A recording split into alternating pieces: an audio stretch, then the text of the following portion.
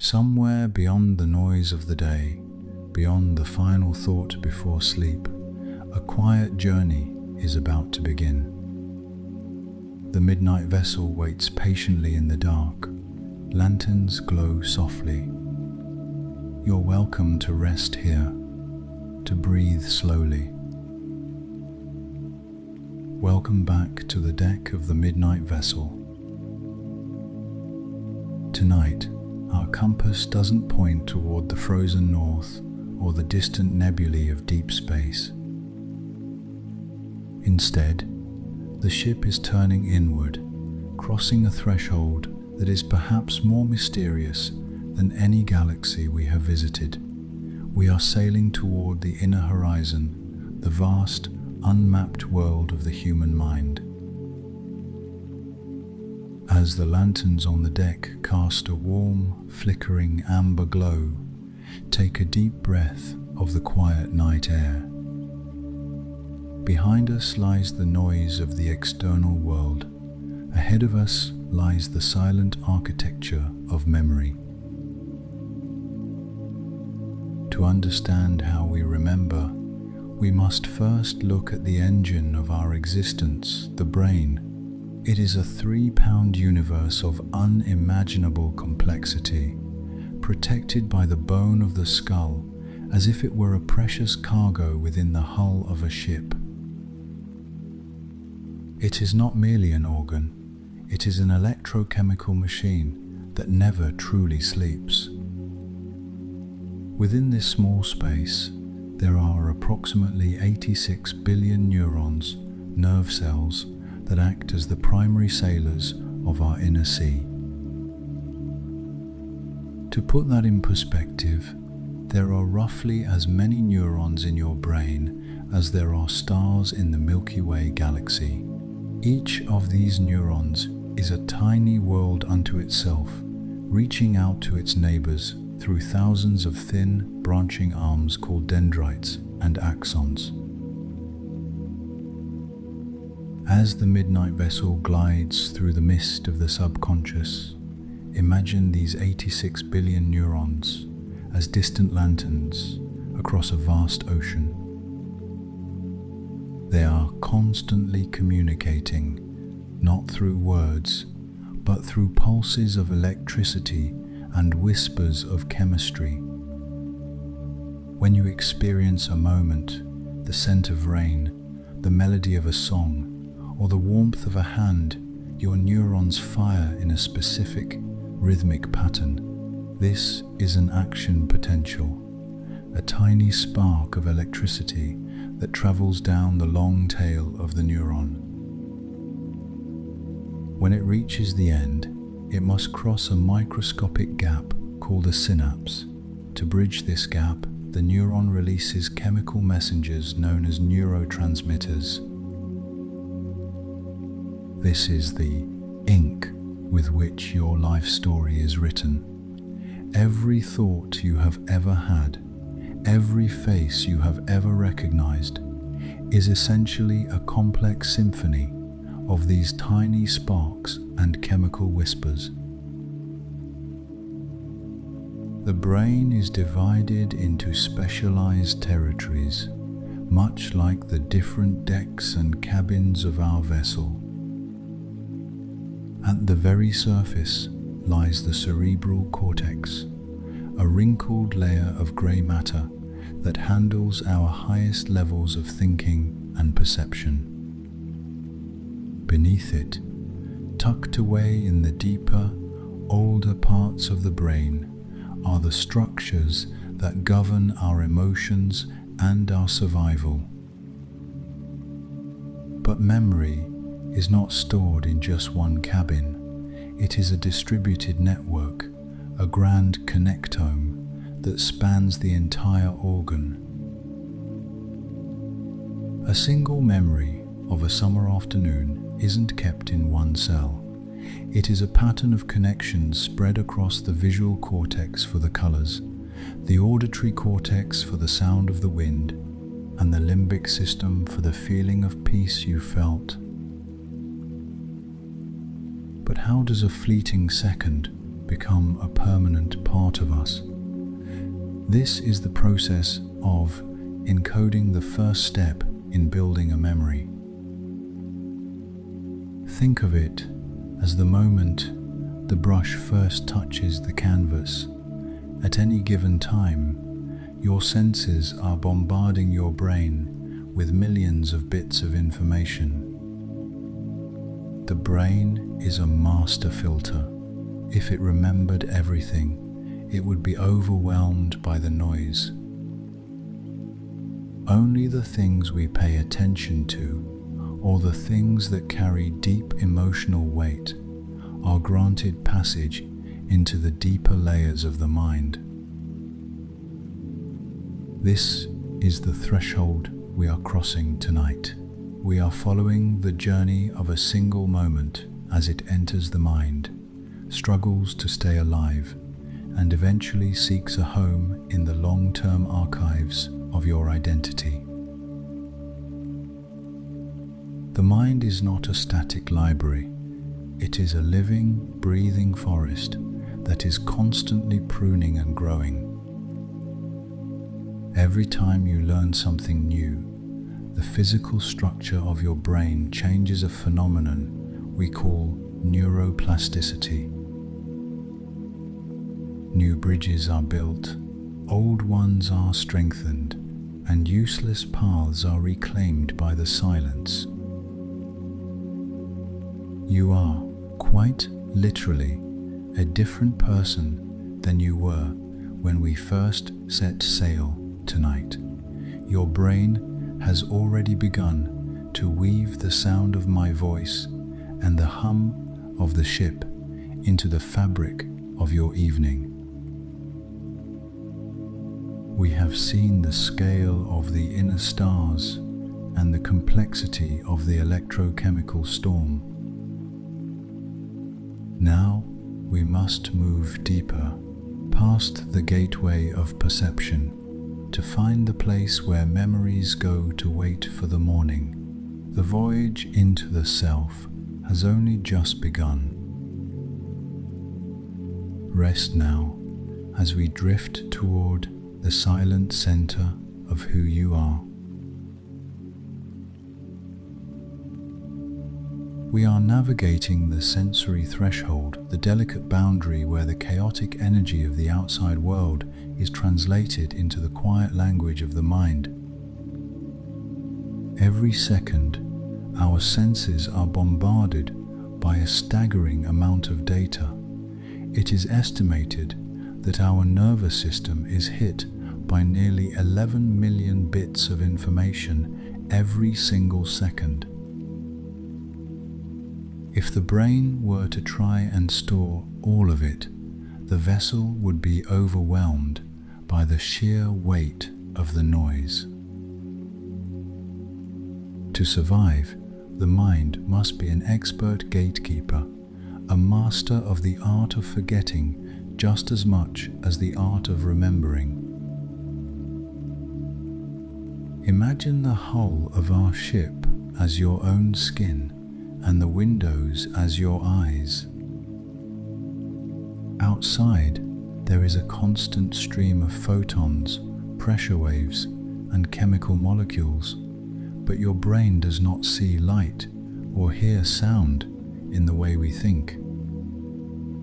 Instead, it sees electrical pulses.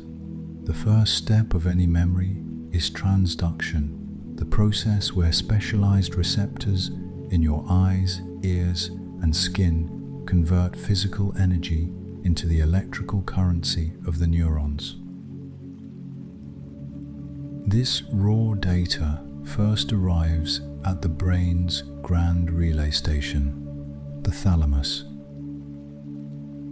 Think of the thalamus as the ship's signalman, sitting high in the mast, deciding which signals are important enough to be sent to the bridge and which should be allowed to fade back into the dark water.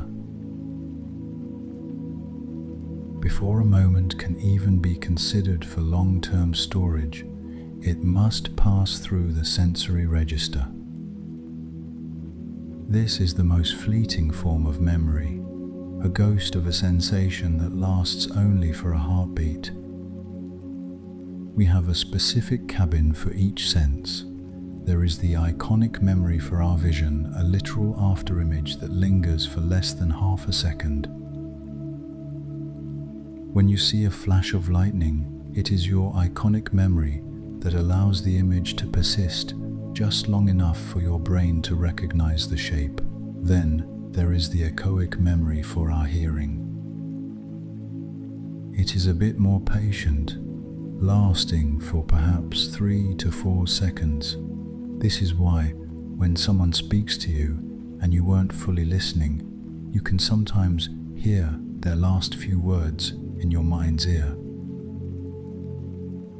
These are the echoes in the hallways of the vessel, whispers that vanish almost as soon as they are born. But how does a signal survive this fleeting stage? The answer is attention. Attention is the spotlight of the midnight vessel. Where we point our light, the world becomes clear. Everything else remains in the shadows. This is a process called selective attention. When you focus on the weight of the blanket against your legs or the steady rhythm of your own breathing, your brain amplifies those specific electrical signals, granting them a ticket to the next deck of the mind. Without attention, the most beautiful sunset or the most profound word is simply leaked out of the brain, never to be seen again. This is the brain's way of protecting your peace, ensuring that only the most meaningful threads are woven into the tapestry of your life. As we move through this sensory mist, the process of encoding begins to take its final shape. Encoding is the translation of a sensation into a meaningful code. We encode things in different ways, structurally by how they look, phonemically by how they sound, and most importantly, semantically by what they mean to us. Semantic encoding is the deepest and most durable. If a piece of information is linked to something you already know, or if it carries a strong emotional charge, the neurons fire with more intensity. It is as if the ship's logbook is being written in ink that is designed to withstand the waves of time. The more connections we make, the stronger the anchor becomes. The fleeting flickers of the sensory sea are starting to organize themselves into patterns. The raw electricity is becoming a thought. The chaotic noise is becoming a story. We are leaving the realm of the immediate and moving toward the mid-decks of the mind, the place where information is held, manipulated, and tested. This is the transit station, a small but vital room where the brain decides what is worth keeping for a lifetime and what was merely a passing shadow on the water. Feel the quiet power of your own mind as it filters the world for you, keeping you safe in this cabin of focus. The thalamus is doing its work. The sensory gates are closing for the night. We have passed the threshold. The encoding has begun. Now, the vessel is moving toward the inner chambers, where self has only just begun.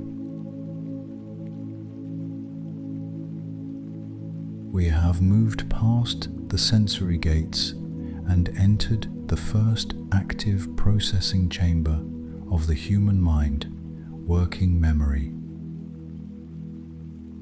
Often referred to as short-term memory, this is the transit station of our consciousness. It is a fragile, temporary workspace where information is held just long enough to be used, manipulated, or discarded. Unlike the vast, nearly infinite storage of our long-term memory, the working memory is strictly limited both in how much it can hold and how long it can hold it. The fundamental rule of this station was first quantified in 1956 by psychologist George Miller, who proposed what we now call the magical number 7. Miller discovered that the average human mind can only hold about 7 pieces of information at a time, plus or minus 2. This is why phone numbers were traditionally 7 digits long. It is the natural capacity of our mental workbench. However, modern research suggests that for more complex information, this capacity might be as low as 4 chunks of data. To overcome this limitation, our brains use a technique called chunking, grouping individual bits of information into larger, meaningful units. By organizing random letters into words, or words into familiar phrases, we can bypass the strict limits of the transit station and process much more than our biology would otherwise allow. In the 1970s, Alan Baddeley and Graham Hitch expanded our understanding of this process with their multi-component model of working memory. They proposed that this station is not just one room, but a collection of specialized systems managed by a central executive. The central executive is the control room of your attention. It decides which information to focus on and coordinates the other systems. One of these systems is the phonological loop, which deals with auditory information. It acts as an inner voice that repeats sounds or words to keep them alive in your mind. If you have ever repeated a grocery list over and over in your head, you are using your phonological loop to prevent the information from decaying. Alongside the voice, there is the visuospatial sketchpad, the inner eye of the mind. This system allows you to mentally rotate an object or navigate through a familiar room while your eyes are closed. It processes visual and spatial information, creating a temporary map that you can manipulate in real time. The third component is the episodic buffer, a relatively new discovery that acts as a bridge. It combines information from the auditory and visual systems with information from your long-term memory to create a coherent episode or experience that makes sense in the present moment. Biologically, this transit station is primarily located in the prefrontal cortex, the area of the brain directly behind your forehead. This is the most evolved part of the human brain, responsible for executive functions, planning, and decision-making. For information to stay here, neurons must fire continuously in a process called persistent activity. If you are distracted for even a few seconds, the neurons stop firing in that specific pattern, and the information is lost forever. This is known as interference. New information bumps the old information out of the limited slots, which is why you might walk into a room and forget why you went there. The sensory input of the new room was enough to clear the fragile workbench of your working memory. Duration is another strict constraint of the transit station. Without active rehearsal, information typically decays within 15 to 30 seconds. To move information from this temporary deck into permanent storage, the brain must perform a process called consolidation. This often requires elaborative rehearsal linking the new data to existing knowledge. If you simply repeat a word, it stays in the loop, but if you think about its meaning or associate it with a memory, you are building the bridge to the deeper depths of the vessel. As you lie here in the stillness, your prefrontal cortex is finally beginning to power down its executive functions. The central executive is stepping back, allowing the working memory to clear its workbench for the night. The random thoughts of the day, the unfinished lists, and the fleeting worries are being released. They are no longer competing for space in your limited mental slots. It is leaving the bright, buzzing control rooms of the prefrontal cortex and moving toward the center of the brain, toward the deep, curved corridors of the seahorse-shaped structure that governs our long-term archives. The workbench is clean. The transition is underway. As we leave the busy workbench of the working memory, the midnight vessel descends into the deeper, quieter waters of the temporal lobe.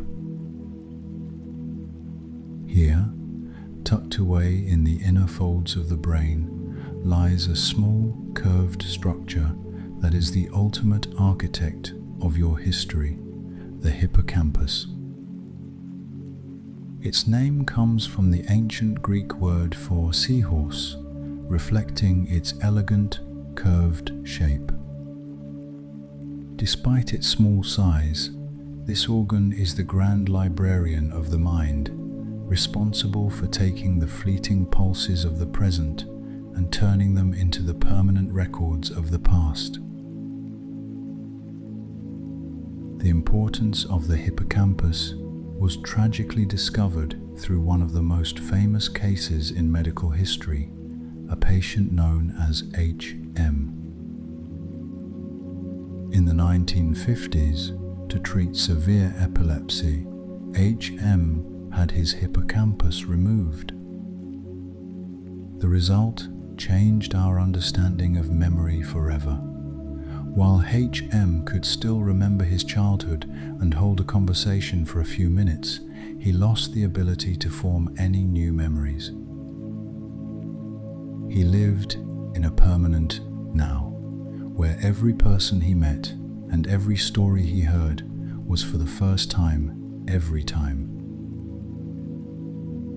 This revealed that the hippocampus is not where memories are stored permanently, but rather where they are processed.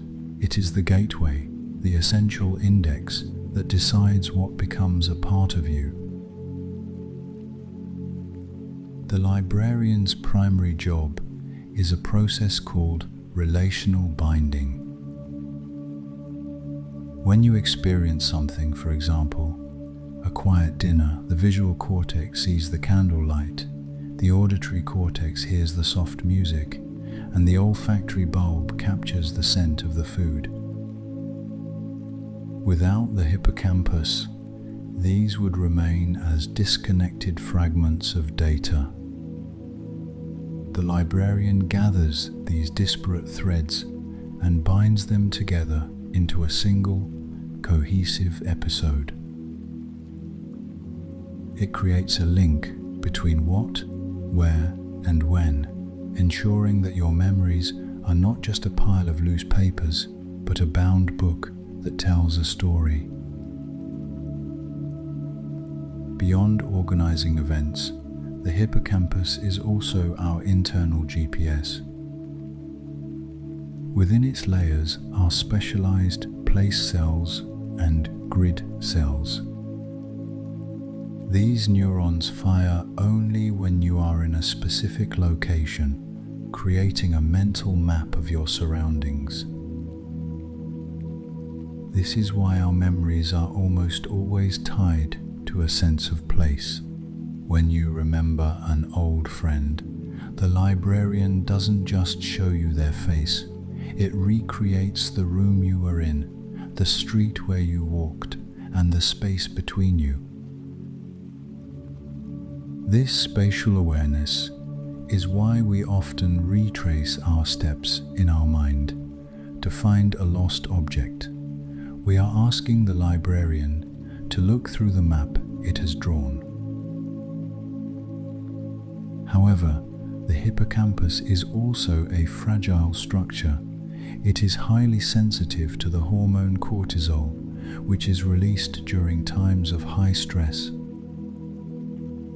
When we are overwhelmed, the librarian becomes flustered and the process of binding memories becomes disorganized.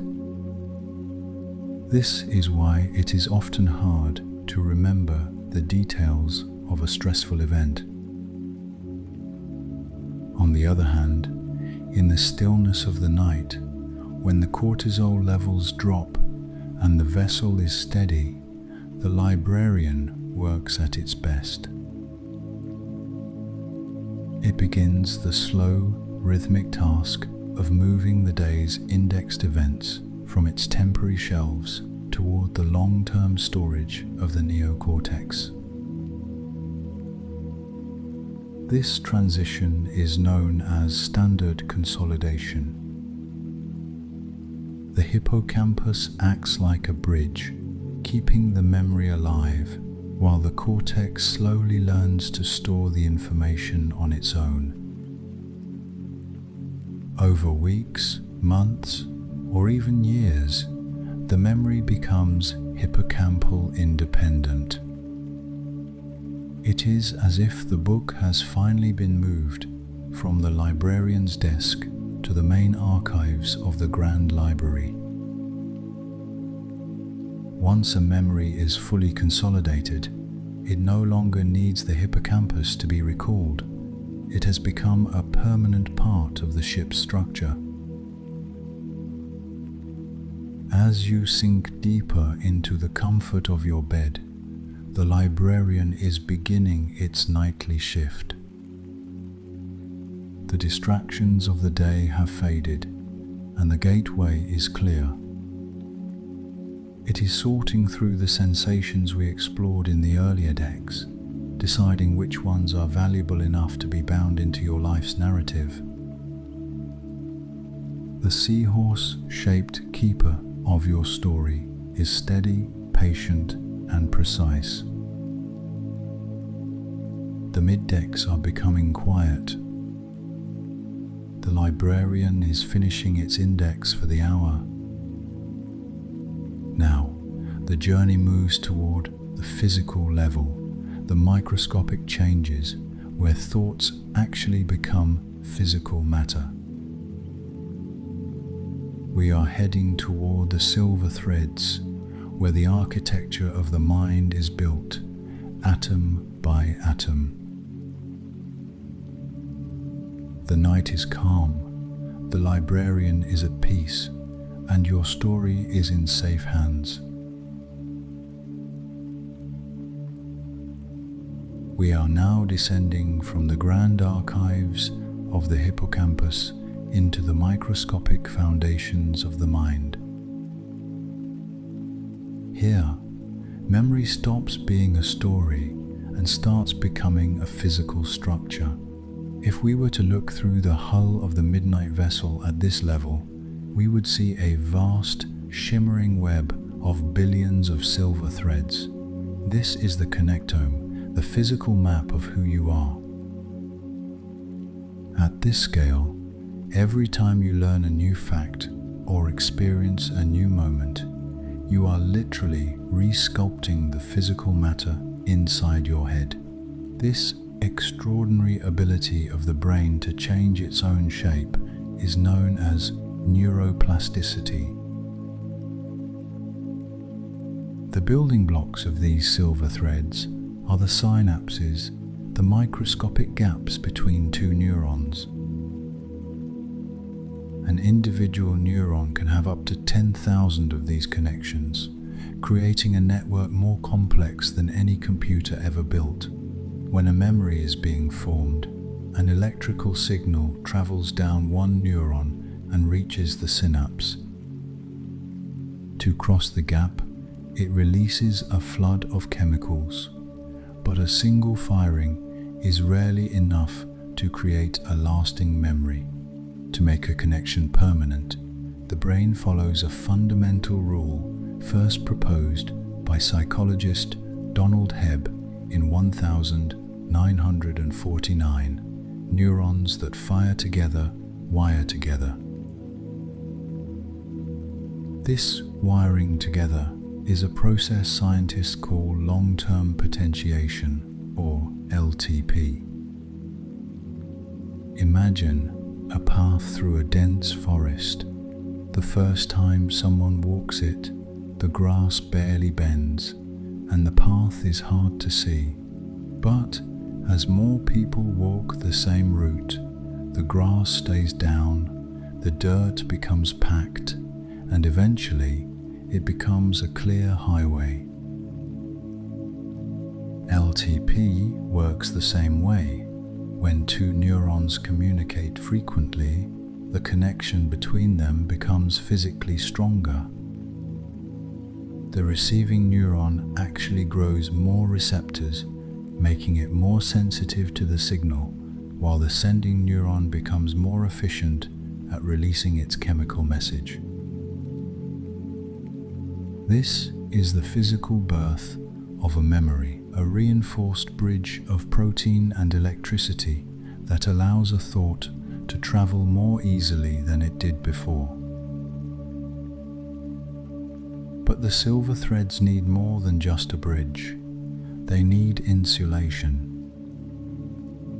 As a memory becomes more established, the brain begins a process called myelination. Specialized cells wrap themselves around the long axons of the neurons, creating a fatty, white sheath called myelin. Think of this as the insulation on an electrical wire or the smooth hull of our ship. Myelin allows electrical signals to travel up to 100 times faster than they would on an uninsulated nerve. This white matter is what allows you to recall your own name or the face of a loved one almost instantly. It transforms a flickering spark into a lightning-fast command. As we drift through this glowing web, we begin to see that forgetting is just as biological as remembering. This is known as long-term depression, or LTD. It is the opposite of LTP. When a connection is no longer used, the brain slowly removes the extra receptors and allows the bridge to weaken. This isn't a failure of the mind, it is a necessary pruning. By clearing away the paths that no longer serve us, the brain frees up energy and space for new connections to grow. The midnight vessel survives the vastness of the sea by letting go of the weight it doesn't need, and your mind does the same. Tonight, as you rest in the silence, this microscopic construction project is still underway. The events of your day are being tested. The paths you walked most often are being paved with myelin, while the fleeting, unimportant moments are being allowed to fade back into the forest. Your brain is physically reorganizing itself, turning the wet ink of your experiences into the solid timber of your identity. You are not a static object. You are a living, growing work of biological art. Feel the profound stillness of this transformation. Trillions of synapses are adjusting their strength, governed by the quiet laws of chemistry. The silver threads are being woven, the bridges are being built, and the structure of your tomorrow is being laid down tonight.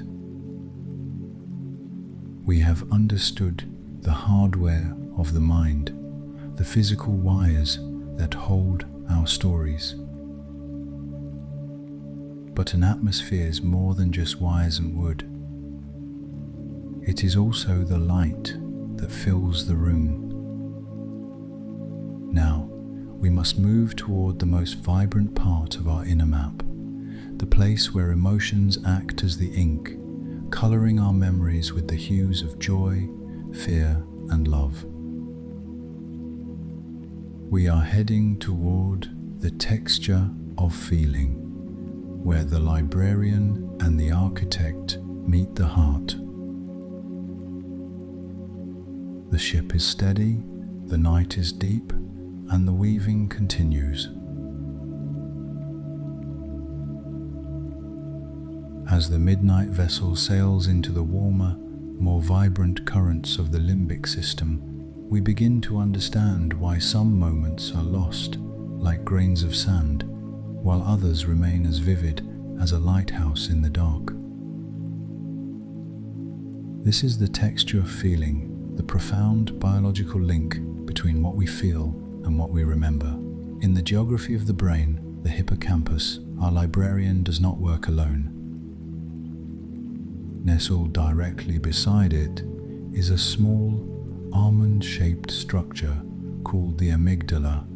This is the brain's emotional center, the primary engine of our feelings. Because of their physical proximity, these two structures are in constant, intense communication, ensuring that your most emotional experiences are also your most permanent ones. Think of the amygdala as the highlighter of the mind.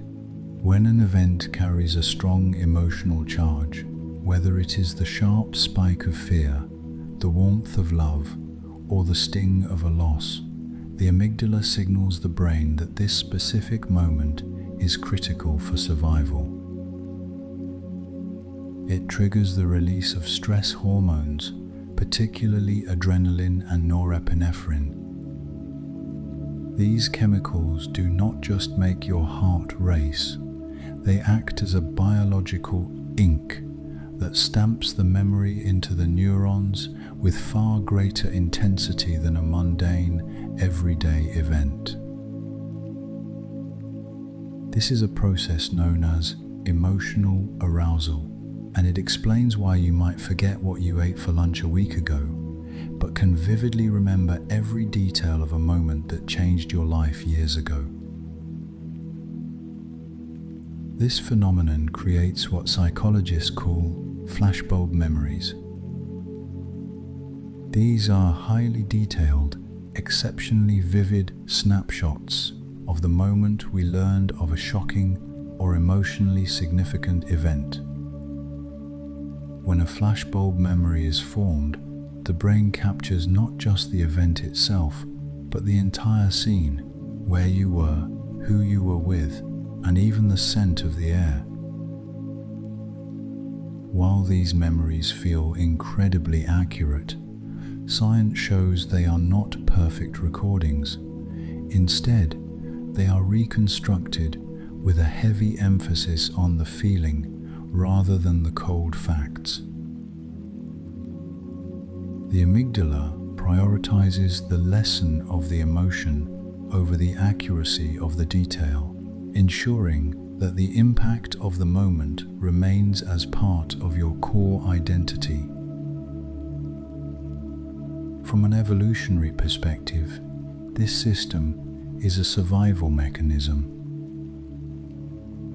your ancestors needed to remember the exact location of a predator's den or the specific berries that made them sick.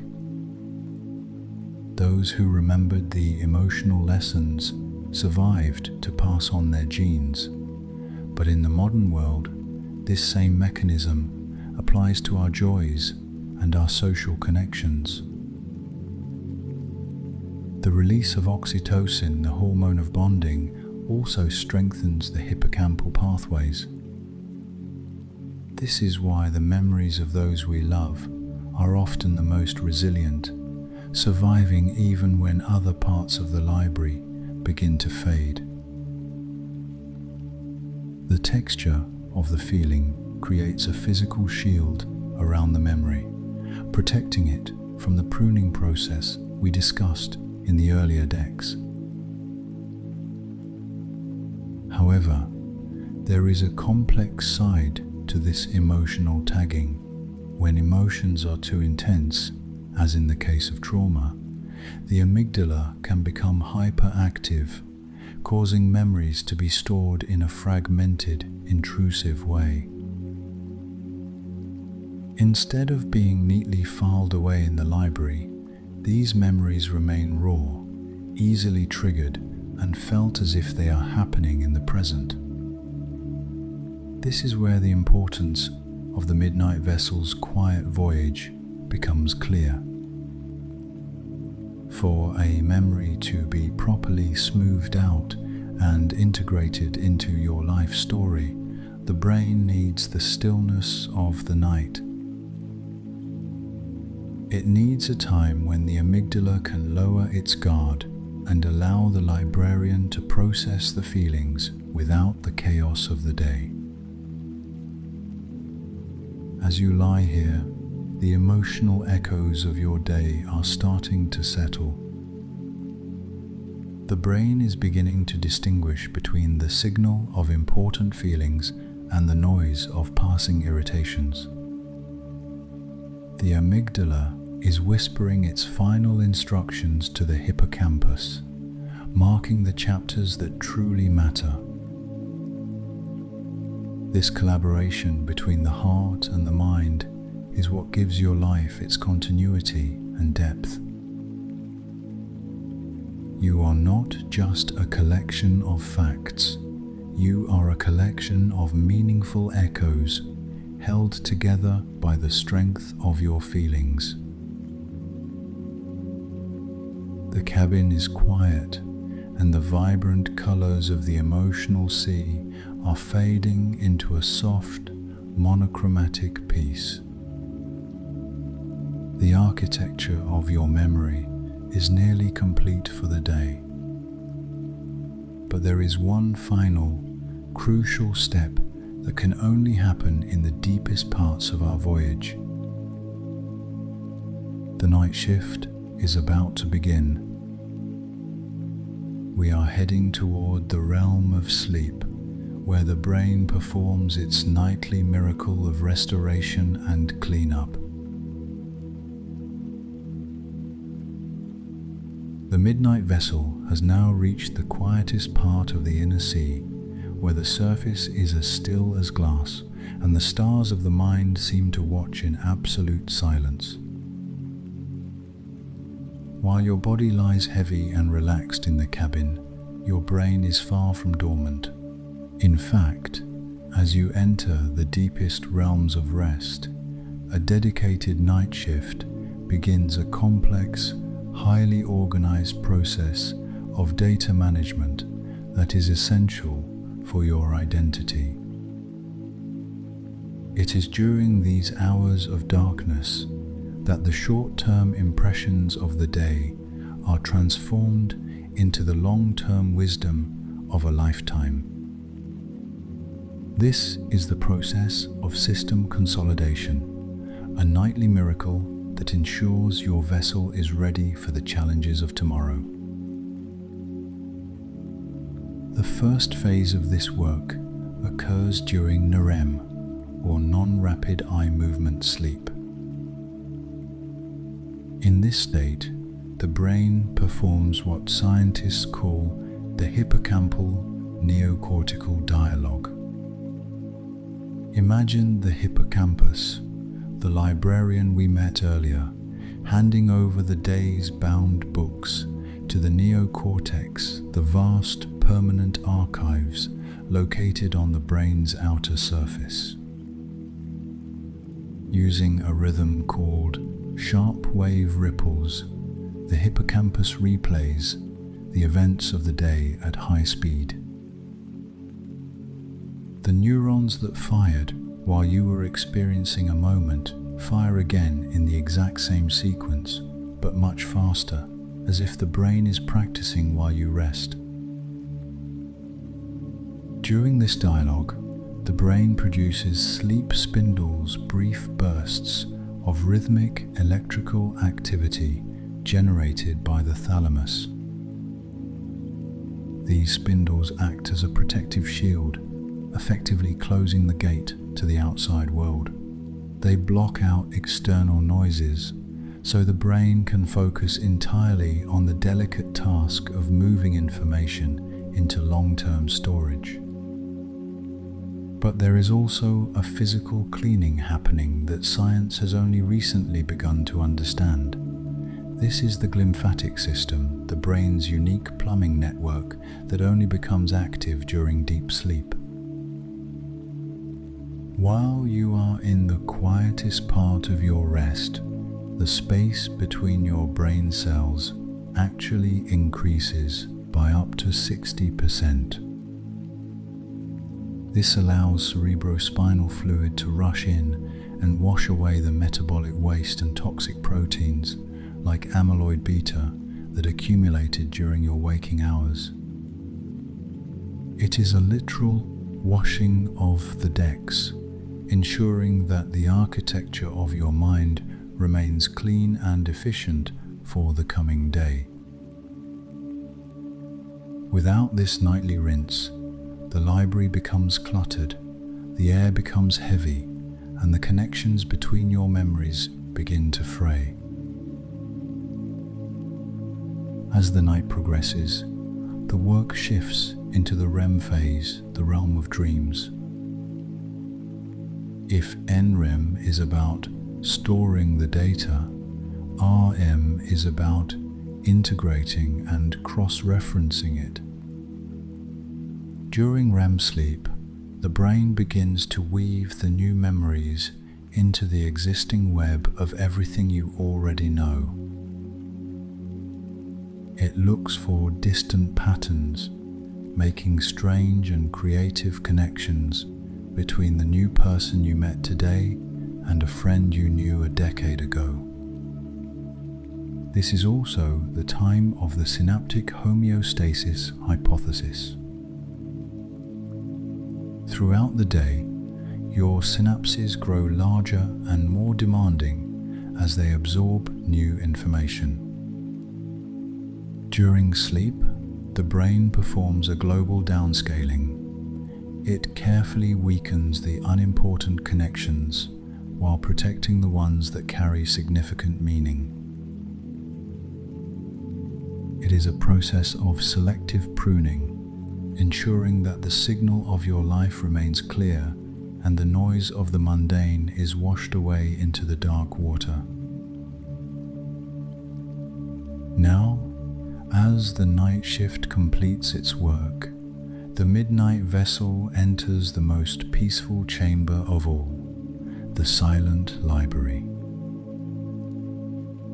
The bustling energy of the neurons has settled into a slow, rhythmic delta wave pulse. The books are shelved, the ink is dry. The librarian has finished the index for the day. Everything you have learned, felt, and experienced is now a permanent part of the ship's structure. There is a profound peace in this realization. You do not need to struggle to remember. The universe inside you has already done the work. The library is a place of absolute security. Every corridor is familiar, Every shelf is sturdy. The memories of the day are no longer heavy or chaotic. They are light, organized, and safe. The prefrontal cortex has surrendered its control, and the amygdala is finally at rest, its highlighters put away. You are no longer the navigator. You are the guest in this sanctuary of wisdom. The journey from a single spark of a neuron to a permanent record in the library is complete. The architecture of your soul is reinforced, and the night has fulfilled its promise.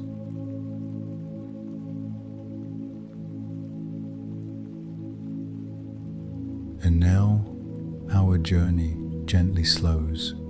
There's nothing more you need to listen to, nothing you need to follow.